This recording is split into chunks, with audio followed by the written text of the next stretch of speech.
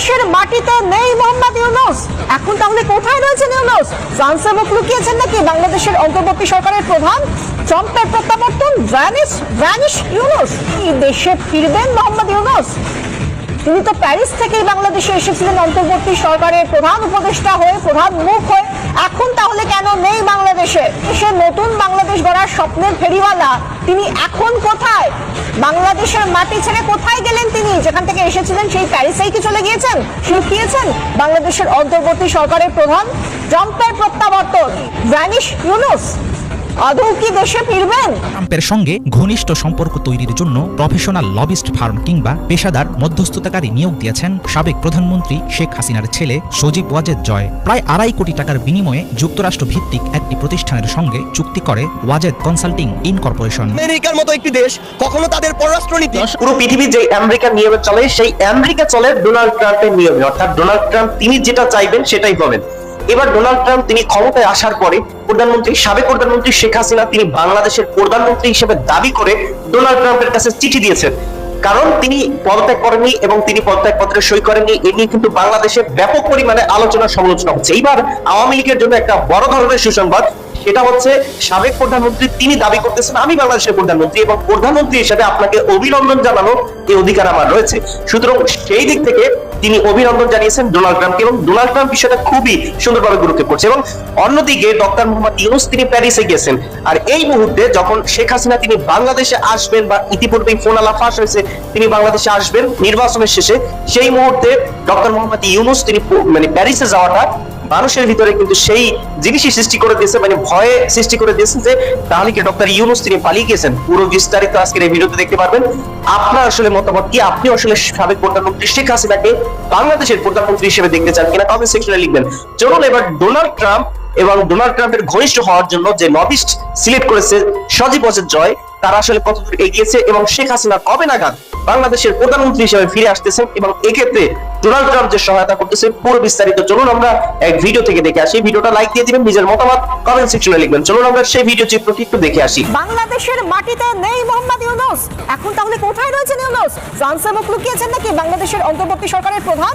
ট্রাম্পের প্রত্যাবর্তন, ভ্যানিশ ইউনূস। আদৌ কি দেশে ফিরবেন মোহাম্মদ ইউনূস? তিনি তো প্যারিস থেকেই বাংলাদেশে এসেছিলেন অন্তর্বর্তী সরকারের প্রধান উপদেষ্টা হয়ে, প্রধান মুখ হয়ে। এখন তাহলে কেন নেই বাংলাদেশে? বাংলাদেশের নতুন বাংলাদেশ গড়ার স্বপ্নের ফেরিওয়ালা, তিনি এখন কোথায়? বাংলাদেশের মাটি ছেড়ে কোথায় গেলেন তিনি? যেখান থেকে এসেছিলেন সেই প্যারিসেই কি চলে গিয়েছেন? সেই ফ্রান্সে গিয়েই কি মুখ লুকিয়েছেন বাংলাদেশের অন্তর্বর্তী সরকারের প্রধান? ট্রাম্পের প্রত্যাবর্তন, তাই কি ভ্যানিশ ইউনূস? আদৌ কি দেশে ফিরবেন? একটা বড় সমাপতন, একদিকে ট্রাম্প এলেন আর অন্যদিকে ভ্যানিশ হয়ে গেলেন ইউনূস। কোথায় গেলেন তিনি? দেখো বিশাখা, যেখান থেকে এসেছিলেন সেখানেই ফিরে গিয়েছেন। আমাদের পুরনো প্রবাদ বাক্য অনুযায়ী বলা যায় পুনর্মূষিত ভব। বাঘ বানানো ইঁদুরটার শেষমেশ কি হয়েছিল, তাকে আবার ইঁদুরই হতে হয়েছিল। তো ইউনূসের জন্য সম্ভবত সেই সময়টাই অপেক্ষা করে আছে এবং ইউনূস সেটা খুব দ্রুত বুঝে গিয়েছেন। মার্কিন মদতদাতারা যখন মার্কিন যুক্তরাষ্ট্রে ক্ষমতা হারিয়েছেন তখন তিনিও তার দেশ সম্পর্কে যাবতীয় ইন্টারেস্ট বা আগ্রহ হারাচ্ছেন। যে দেশে তিনি বহুদিন ধরে যে দেশের মাথায় তাকে বসিয়ে দেওয়ার চেষ্টা করা হচ্ছে, কখনো বিল ক্লিন্টন কখন বারাক ওবামা চেষ্টা করেছেন কিন্তু সফল হননি। শেষমেশ শেখ হাসিনা নির্বাচিত প্রধানমন্ত্রী তাকে দেশ ছাড়তে বাধ্য করে একদল জিহাদি জঙ্গি গোষ্ঠীর সাহায্য নিয়ে জো বাইডেন, জর্জ সোরোসরা যেটা করতে পেরেছিলেন মার্কিন ডিপ স্টেটের সরাসরি প্রত্যক্ষ ষড়যন্ত্র এবং সহযোগিতায়, তাতে যে ডোনাল্ড ট্রাম্পের কোনো রুচি নেই। ডোনাল্ড ট্রাম্প নির্বাচনী প্রচার পর্ব চলাকালীন বাংলাদেশের সংখ্যালঘু হিন্দুদের উপরে, বৌদ্ধদের উপরে, উপজাতিদের উপর আক্রমণের যে ভয়ঙ্কর নিন্দা করেন এবং তারপর স্পষ্টই করে দিয়েছিলেন যে তিনি প্রেসিডেন্ট হলে কি করতে পারেন। তারপরে আজ সকাল থেকে মোহাম্মদ ইউনূস আমরা যারা জানতে পারছি প্যারিসে নিজের মেয়ের কাছে চিকিৎসার প্রয়োজনে গিয়েছেন। এখানেই সকাল থেকে তারও আজ চোখ ছিল অধীর আগ্রহে টিভির পর্দায় এবং অবশ্যই ইলেকশন আপডেটে আমেরিকাতে, যেখানে তার প্রভুরা বা গোটা আমেরিকা জুড়ে নয় কিন্তু আমেরিকার একটা অংশ তো তার প্রভুরা থাকেন, সেই প্রভুদের ভাগ্য কিভাবে নির্ধারিত হয় সেটা জানবার জন্য বা বোঝবার জন্য যত বেলা গড়াতে থাকে ইউনূসের প্রভুদের ভাগ্য নির্ধারিত হয়ে যায় যে তারা আর আমেরিকার ক্ষমতায় ফিরতে পারছেন না। তো দেশ সম্পর্কে আগ্রহ হারাতে থাকেন ইউনূস এবং একটু বেলা গড়াতে নিজের ঘনিষ্ঠ মহলে বলেন শরীরের উপর দিয়ে তার বড্ড চাপ যাচ্ছে, শরীর স্বাস্থ্য আজকাল একেবারেই ভালো যাচ্ছে না। আর এমনও তো নয় যে তিনি না দেশে ফিরলে বাকি উপদেষ্টারা কাজ চালিয়ে যেতে পারবেন না, তিনি আপাতত দেশে না ফেরার কথাই ভাবছেন, অন্তত শরীরটা ঠিকঠাক জুতে না আসা পর্যন্ত। প্রশ্ন হচ্ছে শরীর কি আর সেই অর্থে কোনোদিনই জুতে আসবে ইউনিসেফ? তবে জুতে আসতে তিনি বাংলাদেশে ওই উপর থেকে মার্কিন ডিপ স্টেটের বসিয়ে দেওয়া একটা দালাল হিসেবে, একটা পুতুল হিসেবে এসে শাসন করতে শুরু করেছিলেন, কোনো গণতান্ত্রিক অধিকার না থাকা সত্ত্বেও, কোনো গণতান্ত্রিক রায় না থাকা সত্ত্বেও।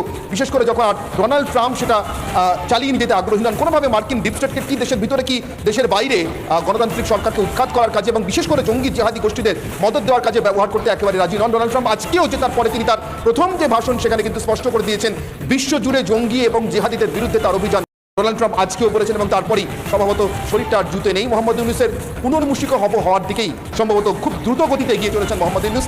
আর দেশে ফেরেন কিনা এটাই বোধহয় এখন লাখ টাকার প্রশ্ন, সেই সম্ভাবনা সময়ের সঙ্গে সঙ্গে ক্রমশ কমছে। বিশাখা, দেশের মাটিতে নেই মোহাম্মদ ইউনূস। তিনি তার শারীরিক অসুস্থতার কথা বলে তিনি প্যারিসে রয়েছেন বটে, কিন্তু তিনি খুব ভালো করেই জানতেন যে যেভাবে রিপাবলিকানরা এগিয়ে যাচ্ছিলেন, যেভাবে ডোনাল্ড ট্রাম্পের জিতে যাওয়ার সম্ভাবনা কার্যত দৃঢ় থেকে দৃঢ়তর হচ্ছিল এই আমেরিকান প্রেসিডেন্সিয়াল ইলেকশনে, সেই জায়গা থেকে তিনি আর কবে দেশে ফিরবেন বা আদৌ ফিরবেন কিনা সেদিকেই তাকিয়ে সকলে। ডোনাল্ড ট্রাম্পের সঙ্গে ঘনিষ্ঠ সম্পর্ক তৈরির জন্য প্রফেশনাল লবিস্ট ফার্ম কিংবা পেশাদার মধ্যস্থতাকারী নিয়োগ দিয়েছেন সাবেক প্রধানমন্ত্রী শেখ হাসিনার ছেলে সজীব ওয়াজেদ জয়। প্রায় 2.5 কোটি টাকার বিনিময়ে যুক্তরাষ্ট্র ভিত্তিক একটি প্রতিষ্ঠানের সঙ্গে চুক্তি করে ওয়াজেদ কনসাল্টিং ইনকর্পোরেট মাধ্যমে ট্রাম্পের সঙ্গে গভীর যোগাযোগ করতে চায় বাংলাদেশ আওয়ামী লীগ। মার্কিন নির্বাচনের ঠিক আগে গত অক্টোবর মাসে ফাঁস হয় এমন বিস্ফোরক তথ্য। ট্রাম্পের ভূমিধস বিজয় হাসিনার জন্য কি লাভজনক হবে? করা প্রতিষ্ঠানের সাহায্যে আসলেই কি কিছু করতে পারবেন জয়? বাংলাদেশে আওয়ামী লীগ সমর্থকদের অনেকেই সদ্য নির্বাচিত ট্রাম্পকে নিজেদের জন্য আশীর্বাদ ভাবতে শুরু করেছেন। সুইডেন ভিত্তিক সংবাদ মাধ্যম নেত্র নিউজের প্রকাশিত লবিস্ট ফার্ম নিয়োগের খবর বের হওয়ার কাছাকাছি সময়ে রিপাবলিকানদের বিজয়ী হওয়ার সাথে হাসিনার জন্য সুযোগ তৈরি হওয়ার সংবাদ প্রকাশ করেছিল বাংলাদেশি সংবাদ মাধ্যম মানবজমিন। সূত্রের বরাত দিয়ে পত্রিকাটি তখন জানায়, যুক্তরাষ্ট্রের আসন্ন নির্বাচনের দিকে তাকিয়ে আছেন শেখ হাসিনা। আওয়ামী লীগ সভানেত্রীর ধারণা, ওই নির্বাচন তার দলের জন্য কোনো সুযোগ তৈরি করে দিতে পারে। বিরোধীদের দমন, একতরফা নির্বাচন, মানবাধিকার লঙ্ঘন, অন্যায় দলীয়করণ ও স্বৈরতান্ত্রিক শাসনের মতো নানা অভিযোগে ডেমোক্রেট পার্টির প্রেসিডেন্ট জো বাইডেন প্রশাসনের সঙ্গে বিগত আওয়ামী লীগ সরকারের ছিল বৈরিতার সম্পর্ক। বাংলাদেশে গণতান্ত্রিক নির্বাচন আয়োজনে প্রতিবেশী দেশ ভারতের সঙ্গেও নানা সময়ে আলোচনা চালিয়েছে যুক্তরাষ্ট্র, কিন্তু মার্কিন সরকারের এই চেষ্টাকে ভালো চোখে দেখেনি আওয়ামী লীগ। যুক্তরাষ্ট্রের প্রতি ইঙ্গিত দিয়ে হাসিনা সমর্থকদের অনেকের পক্ষ থেকে দাবি করা হয়, জুলাই আগস্টের বিপ্লবে বিদেশি শক্তির হাত থাকতে পারে। হাসিনার বিরুদ্ধে গণ আন্দোলনের পর ডক্টর ইউনূসের নেতৃত্বে সরকার গঠনের পরপরই অন্তর্বর্তীকালীন সরকারের সঙ্গে কাজ করতে প্রস্তুত থাকার কথা জানায় মার্কিন পররাষ্ট্র মন্ত্রণালয়। অন্তর্বর্তী সরকার দায়িত্ব নেয়ার পর থেকে হাসিনা পরবর্তী বাংলাদেশে স্থিতিশীলতা ও দেশ পুনর্গঠনের উপর অগ্রাধিকার দিয়েছে বাইডেন প্রশাসন। এর মতে নির্বাচনে যুক্তরাষ্ট্রের প্রেসিডেন্ট পদে রদবদল পাল্টে দিতে পারে পরিস্থিতি। বাংলাদেশের সাথে ট্রাম্প প্রশাসনের সম্পর্ক ভালো থাকলে হাসিনা ও তার দলের জন্য তেমন কোনো সুযোগ তৈরি হবে না বলেই মনে করেন বিশ্লেষকরা। বিশ্বস্ত বন্ধু শেখ হাসিনাকে হারিয়ে বাংলাদেশের বিষয়ে কঠোর অবস্থান নিতে চেয়েছে ভারত, কিন্তু যুক্তরাষ্ট্রের সমর্থন না থাকায় সরাসরি কোনো বাধা তৈরি করতে পারেনি নয়াদিল্লি। তবে মার্কিন নির্বাচনে রিপাবলিকানদের বিজয়ী হওয়ার ফলে নতুন দিকে মোড় নিতে পারে ঢাকা ওয়াশিংটন সম্পর্ক। নরেন্দ্র মোদীর সুসম্পর্কের উপর ভর করে বাংলাদেশ যুক্তরাষ্ট্রের দ্বিপাক্ষিক সম্পর্কে নাক গলাতে চাইবে ভারত। সেক্ষেত্রে মিত্র হিসাবে হাসিনার পক্ষে আমেরিকার কাছে তদবির করতে পারে নয়াদিল্লি।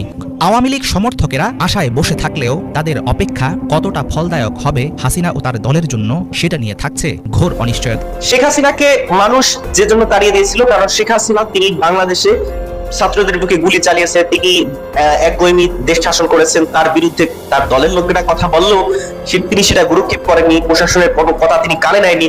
তো শেখ হাসিনা যে কাজগুলো করছে সেই কাজগুলো এখন যারা দেশ চালাচ্ছেন তারাও আসলে কি করতেছেন কিনা আপনার কি মনে হয়?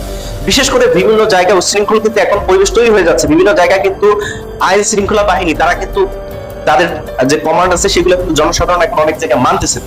তো সুতরাং আপনি কি মনে করেন একটা সুষ্ঠু নির্বাচন আবার দিতে হলে শেখ হাসিনাকে তো নির্বাচনে অংশগ্রহণ করাতে হবে?